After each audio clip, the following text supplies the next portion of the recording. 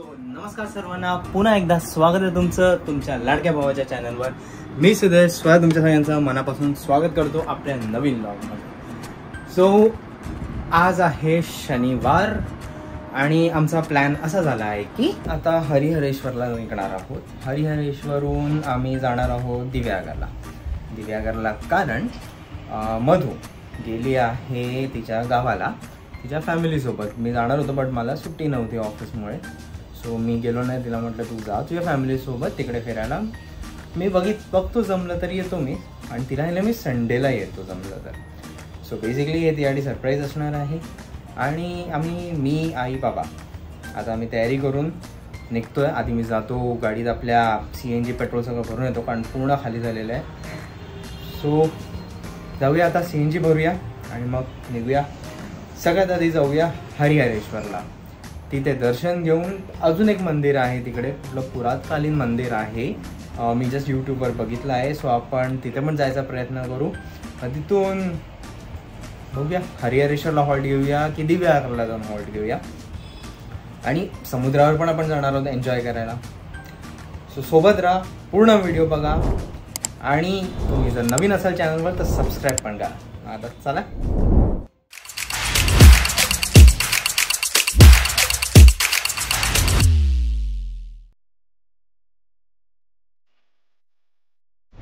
So finally आता आपण निघालो आहोत.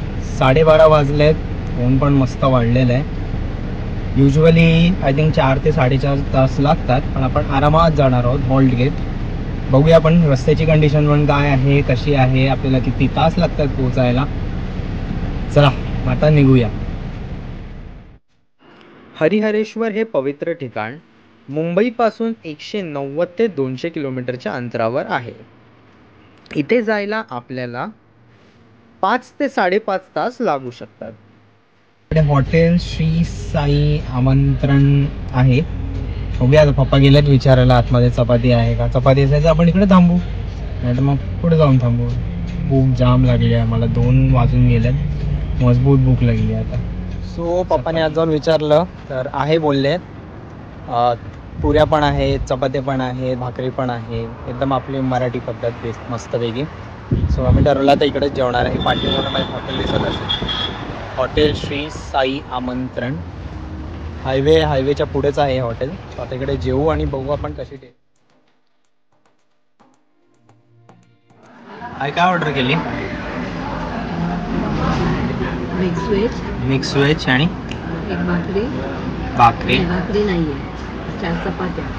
4 चपात्या आणि तुला पुऱ्या. वा, पप्पा काय आणा चपाती. मला पण चपाती सांगितल्या. हां, भाकरी नव्हती म्हणून. भाजी मिक्स व्हेज आणि बाकी अजून काय ग्रेव्हीमध्ये काय दिलं ऑर्डर. दाल तडका. हां. सो आता आमचं इथून जेवण झालेलं आहे. आता पुढचा प्रवास आपला चालू करू हरिहरेश्वरच्या दिशेने. जेवण सांगायचं झालं तर ठीक होतं, एकदम अप टू द पॉईंट पण नव्हतं, पण ठीक आहे. बजेट फ्रेंडली आहे, म्हणजे ज्याप्रमाणे कॉस्टिंग आहे त्याप्रमाणे जेवण चांगलं आहे. त्या हिशोबाने आपण जास्त पण एक्सपेक्ट नाही करू शकत. ठीक आहे. मग आता जेवण झालं आहे, पोट पण मस्त पॅक झालं आहे. आता डायरेक्ट इथून आपण नॉनस्टॉप निघायचं हरिहरेश्वरला. रस्त्याची कंडिशन आत्तापर्यंत तरी चांगली आहे. पुढची कंडिशन आयडिया नाही आहे, बघूया आपण काय कंडिशन आहे.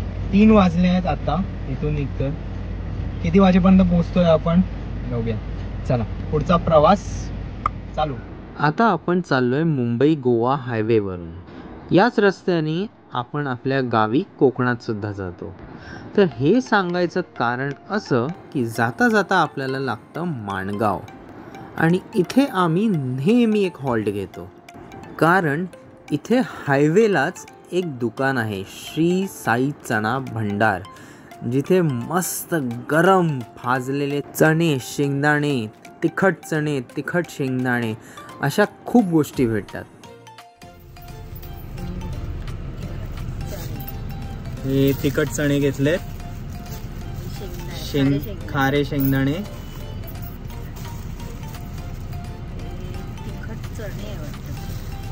तिखट चणे. असं घेतलंय आता फुल टाइमपास, म्हणजे प्रवासात खायला. अजून 1 तासाचा प्रवास आहे. माझ्या पाठी एसटी आली आहे जी हॉर्न वाजवत सुटली आहे. मी निघतो इथून. आपला प्रवास कंटिन्यू करूया आणि पोचूया आता थेट हरिहरेश्वरला. सो आता आपण फायनली पोचलोय हरिहरेश्वर मंदिराजवळ. इथे पार्किंगची सुद्धा सुंदर व्यवस्था केलेली आहे, पण इथे आपल्याला गाडी पार्क करण्यासाठी पार्किंगचे पैसे भरावे लागतात. गाडी आपण इथे लावलेली आहे. ह्याच्या पलीकडे समुद्र आहे, मस्त व्ह्यू दिसतो. समोर सूर्य, नारळाची झाडं एकदम मस्तपैकी. पार्किंग बघू शकतात, एवढी मोठी आहे इथे पार्किंग मस्तपैकी. 50 रुपये घेतात. 40 रुपये स्टार्टिंग आहे. छोट्या गाड्यांचे 40 रुपये, मोठ्या गाड्यांचे 50 रुपये आहेत. तुम्हाला मी चार्ट दाखवीन.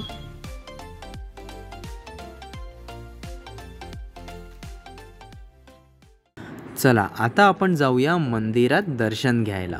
मंदिर खूप साफ आणि स्वच्छ आहे. प्रवासात आपण कितीही थकलेलो असू, पण मंदिरात पाय ठेवताच एक वेगळीच ऊर्जा येते.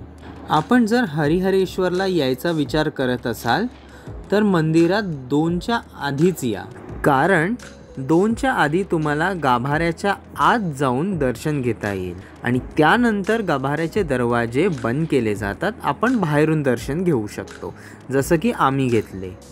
सर्वात आधी लागतं आपल्याला श्री काल भैरव मंदिर. मग चला आता आत जाऊन आपण आपल्या देवाचे दर्शन घेऊया.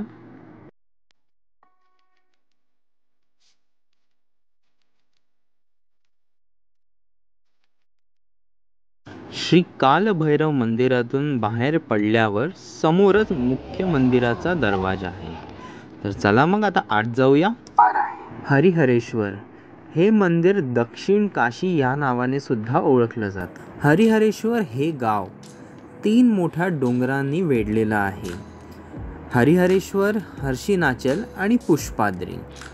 आता आपण आपल्या देवाचे दर्शन घेऊया.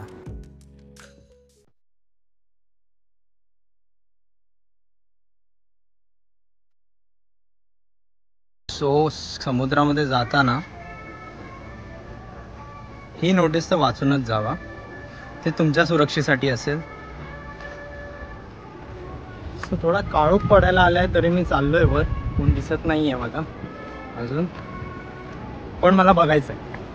लहानपणी आलेलो मी इथे, तेव्हा वर जायचो, मस्त फिरून असा राऊंड मारून यायचो. ठीक आहे, आपण जाऊया वर. समुद्राची पातळी बघू काय आहे.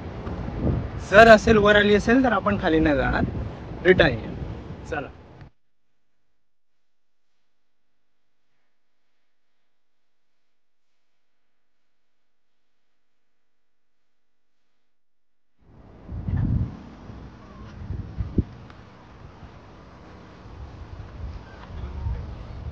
मी आता वरपर्यंत इथे आलेलो. हे तुम्ही माझ्या मागे बघता इथे बॅक साईडला, इथून पायऱ्या आहेत जायला खाली, तुम्ही बघू शकता.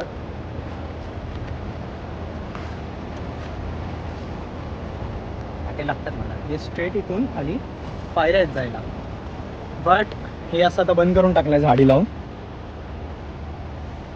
पुढे पण व्हिडिओमध्ये दाखवून तुम्हाला फुल बंद करून टाकलंय. मे बी काहीतरी ॲक्सिडेंट झाले असतील, काहीतरी झालं असेल, बट हे सगळं आता बंद करून टाकलंय.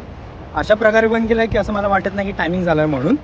मे बी त्या लोकांनी परमनंटली बंद करून टाकलंय, काही ॲक्सिडेंट्स झाले असते म्हणून, नो डाऊट. पण मंदिराच्या खालून बॅक साईडनी केलेलं आहे समुद्राच्या ठिकाणी जायला. ते पण तुम्हाला मी व्हिडिओज आता दाखवेन पुढे त्याचे शूट करून. सो तिथून तुम्ही समुद्रावर जाऊ शकतात, एन्जॉयमेंट करू शकतात, लाटांचा मजा घेऊ शकतात. लिटरली फोटो तुमचे खूप चांगले येऊ शकतात इथे, ज्यांना फोटो काढायची आवड आहे. सनसेटसुद्धा उत्तम येतो. मला भेटू शकला नाही सनसेट, बिकॉज प्रयत्न केलेला, बट ढगांच्या मध्येच डायरेक्ट सन लपला गेला. सो मला नाही भेटला तो सनसेट काढायला. बाकी तर एकदम फुल रिफ्रेशमेंट वाटलं इकडे आल्यावर. आता विचारायला खाली जाऊ आपण.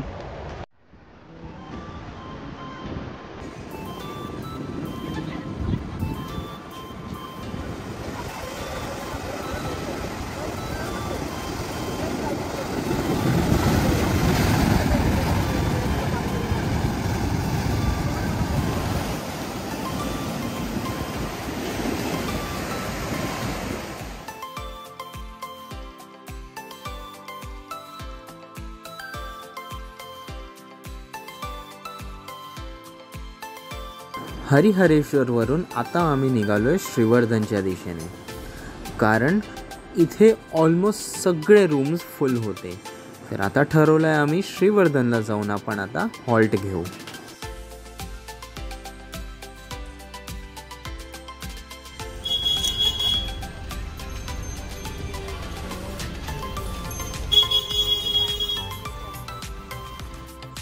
सो फायनली आम्ही आता आमचा हॉल्ट घेतला आणि आमची आता रात्र आम्ही इथेच संपवणार आहोत. ऑलमोस्ट सॅटर्डे संडे श्रीवर्धनमध्ये सगळे हॉटेल्स चेक केले आम्ही. अगदी बीचपर्यंत जाऊन आलो, बट सगळे हॉटेल्स फुल आहेत. सॅटर्डे आहे म्हणून, विकेंड आहे म्हणून. सो मुश्किलने एक पुढेच एक पॅलेस होता, तिकडे पण जाऊन विचारलं. तिकडे 3000 रुपीज बोलला, AC बट TV नाही आहे. सो मला ते वर्थ इट नाही वाटले तेवढे स्पेंड करणं, बिकॉज ॲम्युनिटीज काही भेटत नाही आहे. म्हणून मग आता एक पुढे आलो, तिथे दिसलं म्हणजे जस्ट इन्क्वायरी करायला आम्ही आतमध्ये आलो की AC रूम्स आहेत का. AC रूम ह्यासाठी तुम्ही बोलाल की ACच कशाला पाहिजे. तर AC रूम ह्यासाठी की आईबाबांना त्रास, गरमीचा हीटनी खूप त्रास होतो आणि गरमी खूप आहे लिटरली, म्हणजे सहन न होण्याच्या पलीकडची गरमी आहे इकडे लिटरली.